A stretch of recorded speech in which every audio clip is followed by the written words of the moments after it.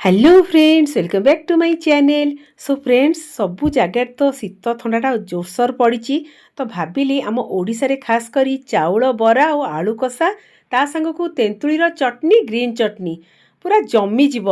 मु ठीक कहूँ ना फ्रेंड्स? आउ लेट कहीं चलतु करवा आउ एंजॉय करवा निज फैमिली सहित। एठी मु अरुआ चाउल नहीं आपण मैंने चाहिए उषुना चाउल भी नहीं पारे, किंतु अरुआ चाउल को ये 3 घंटा पानी रे बतुरेई देले चलिबो, किंतु उषुना चाउल को राति आपको बतुराइया पड़ो माने 7-8 घंटा पानी रे बतुरेले जाकि चाउल बराटा हम। तो मोर तो कंट्रोल नथिला, इच्छा थिला चाउल बरा खाए तो सेथिपाई एठी पिठा चाउल 1 कप नहीं तापाई 2 चामच माने गोटे बड़ चामच रे 2 चामच बिरी नहीं जावा। एठी ऑप्शनल बिरी आपण मान चाहिए ऐड कर परिबे नले स्किप कर देबे, काना मते सांगे सांगे करियार थिला तो सेथिपाई 2 चामच बिरी पानी रे सोक कर रख दीथिली। तो ये सब जिनस को आमे कोन करिया ना अल्प टिके पानी देकिना थिक बैटर बाटी दबा, जेमती आम बरा बैटरटा बाटी ताऊ बास सही टाइप बाटी दबा। फ्रेंड्स, ए चाउर भाग बहुत क्वांटिटी अच्छी तो से सुजी दाना भाया टे खदड़ा रहा, पूरा पालिश करिया दरकार नहीं। ताकू कौन करें ना 5 मिनट भलसे फेणई दबा, तापर हाफ एन आवर रेस्ट देदबा। आ भी चलतु आलू कषा करनबा। आलू कषा करने डालचीनी, धनिया, जीरा, पान मधुरी ये सब जिनस को हल्का से टिके भाजी दबा। तो ये मसलार फ्लेवरटा आलू कषार टेस्टा आहरी 2 गुणा पूरा बढ़ई दब। ताकू भलसे भाजदेली। एबे हेमदस्तारे चूरी दबा। आपण मान चलिया को ग्राइंडिंग भी कर परिबे। तो जो मानु टिके अधिका राग खाया इच्छा यही टाइम बेले आपण माने गोलमरिच ना सुखिला लंका को भाजिकिना भी चूरी पारिबे। ठीक अच्छी। तो ये आमर मसला पाउडर भी हो गला। तो आलू कषा आमर अदा पियाज रसुण छेचाटा भी दरकार। तो ये अदा रसुण पियाज तो सब छड़ेकिना काटिकिना रखी ताकू कौन करिया ना भलसे छेची दबा। आपण मान चले ग्राइंडर भी दर्द टाइप छेचा रखिबे, पूरा फाइन पेस्ट करिवेनी नले मजा आसीबनी खाया पई। तो ये धनिया पत्र जोटा कि मो बाड़ीर धनिया पत्र ताकू एमती हाथ में छिंडेकिना ऐड करदेली। अल्प टिके नाकू लुण ऐड करिकिना ताकू दरदर छेचा टाइप करदबा। बास ये आमर छेचा बटार मसला भी रेडी हो गला। एबे चलतु फ्रेंड्स आमर आलू कषा करदबा। ऑलरेडी मो आलू को बॉईल करके रखी देइथिली। कड़ाई सोरिष तेल ऐड करदेली, सेतरे चुटकी भर हल्दी पाउडर ऐड करदबा। आ जो आम छेचा मसलाटा करथिले अदा पियाज रसुण धनिया पत्रर ताकू ये आम ऐड करदबा। एई टाइम बेले गोटे बड़ साइजर टमाटो काटी रखिली ताकू भी ऐड करदेली। तो ये आलू कषा रे कि आलुदम आपण मैंने जी करेंगे से छेचा बटा मसलाटा देवे, देखिए ता टेस्टा बहुत ही बढ़िया लगे। तो ये कौन करें ना 1-2 मिनट मसलाटा गोटे भलसे कषिदबा जो पर्यंत रस स्मेल जाई नहीं। एबे स्वाद अनुसार लुण ऐड करदबा। कलर पाई काश्मीर चिली पाउडर ऐड करदेली। आपण मैंने जी राग खाऊे से अनुसार नॉर्मल चिली पाउडर भी ऐड करदेबे। तो ये ऑलरेडी मु आलू को बॉईल कर दी तो ता चोपाटा भी ये छड़े नौची। बॉईल आलू ही आलू कषार ऐड करेंगे, देखिए बहुत ही बढ़िया लगे। खास करी आपण मैंने जो मैंने ठेलारे कि होटेल मानक खाऊे आलू कषा कि आलुदम से मैंने बॉईल आलू ही यूज करथांती आ बहुत ही बढ़िया लगे। आ खास करी जो छेचा बटा मसलाटा आपण मैंने यूज करेंगे, देखिए बहुत ही बढ़िया लगे। तो ये मो आलू को भी छोट छोट पीस करी काटी नेली। तो ये ऐड करदबा।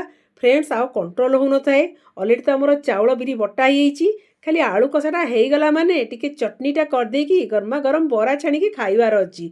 मैंने मोर ये एडिटिंग कला मो पाटर पानी बहुत थाए, एत बढ़िया होता।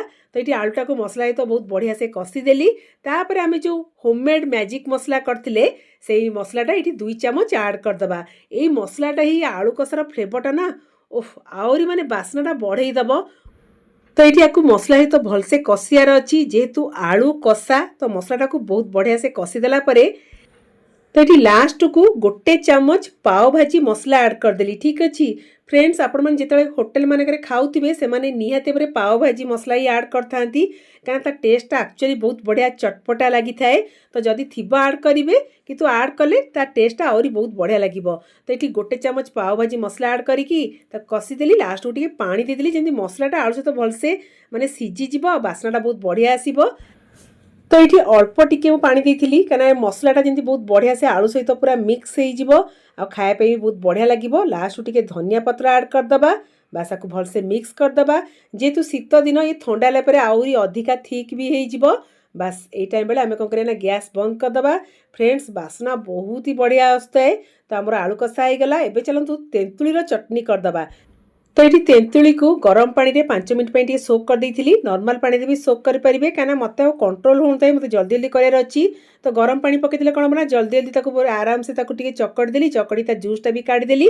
एथिरे लास्ट टिके रोस्टेड जीरा लंका गुंड पाउडर, ब्लैक सॉल्ट ଆଉ 1 ଚାମଚ ସୁଗାର, ଯେମିତି ଖଟା ମିଠା ଚଟପଟା ଲାଗିବ।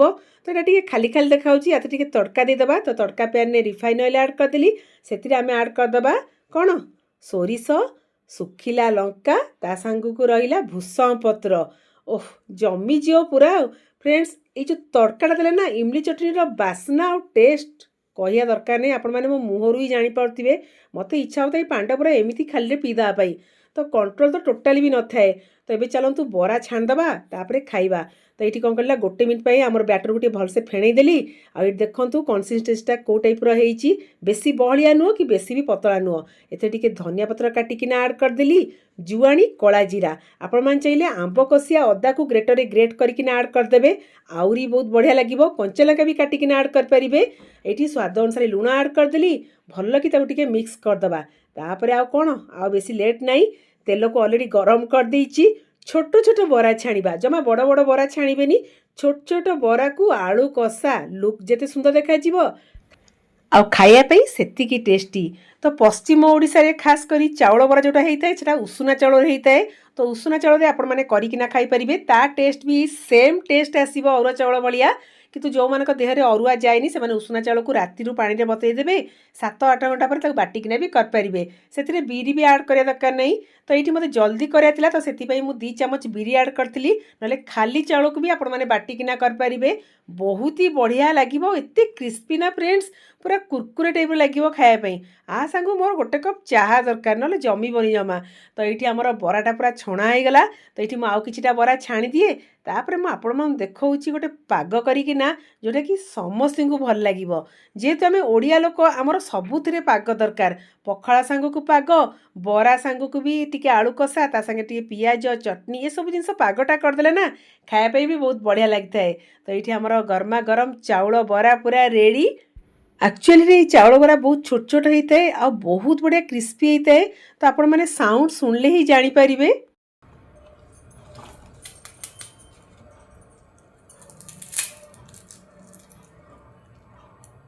ତ ଆପଣମାନେ ସାଉଣ୍ଡ ଶୁଣିକିନା ଜାଣିପାରୁଥିବେ ଯେ କେତେ ବଢ଼ିଆ ସେ କ୍ରିସ୍ପି ହେଇଛି। ତ ଚାଲନ୍ତୁ ଏବେ ପ୍ଲେଟ୍ଟାକୁ ଆଗ ସଜେଇଦେବା, ତାପରେ ଏନ୍ଜୟ କରିବା। ତ ଇଏ ରହିଲା ଆମର ଚାଉଳର ବରା, ତା ସାଙ୍ଗକୁ ଗ୍ରୀନ୍ ଚଟଣି, ଯେଉଁଟାକି ଧନିଆ, ପୋଦିନା ପତ୍ର, କଞ୍ଚା ଲଙ୍କା, ଲେମ୍ବୁ ରସ, ବ୍ଲାକ୍ ସଲ୍ଟ, ଚାଟ୍ ମସଲା। ସେଥିରୁ ଟିକେ ଆଡ଼୍ କରିଦେଲି ଆଳୁ କଷା, କଞ୍ଚା ପିଆଜ, ଆପଣମାନେ ଚାହିଁଲେ କଞ୍ଚା ଲଙ୍କା ବି କାଟିକିନା ଆଡ଼୍ କରିପାରିବେ। ତା ସାଙ୍ଗକୁ ରହିଲା ଆମର ତେନ୍ତୁଳିର ଚଟଣି, ଯେଉଁଟାକି ମୁଁ ଲାଷ୍ଟକୁ ପୁରା ପିଇ ଦେଇଥିଲି, ମୋର ଆଉ କଣ୍ଟ୍ରୋଲ ହେଲାନି। ଖଟା ମିଠା ବହୁତ ହି ବଢ଼ିଆ ହେଇଥିଲା। ତ ଆପଣମାନେ ନିହାତି ଏବେ ଟ୍ରାଏ କରିବେ। କେମିତି ଲାଗିଲା ମୋତେ କମେଣ୍ଟ ସେକ୍ସନରେ ଜଣେଇବେ। ଶୀତ ଦିନ ଏ ଚାନ୍ସଟା ଜମା ଛାଡ଼ନ୍ତୁନି, କରିକି ଖାଆନ୍ତୁ, ନିଜ ଫ୍ୟାମିଲି ସହିତ ବି ଏନ୍ଜୟ କରନ୍ତୁ। ଆଉ କେମିତି ଲାଗିଲା ମୋତେ ଜଣେଇବେ। ଲାଇକ୍ କରିବା ପାଇଁ ଜମା ବି ଭୁଲିବେନି। ତ ମୁଁ ରହିଲି, tata, bye bye, love you all, bye bye.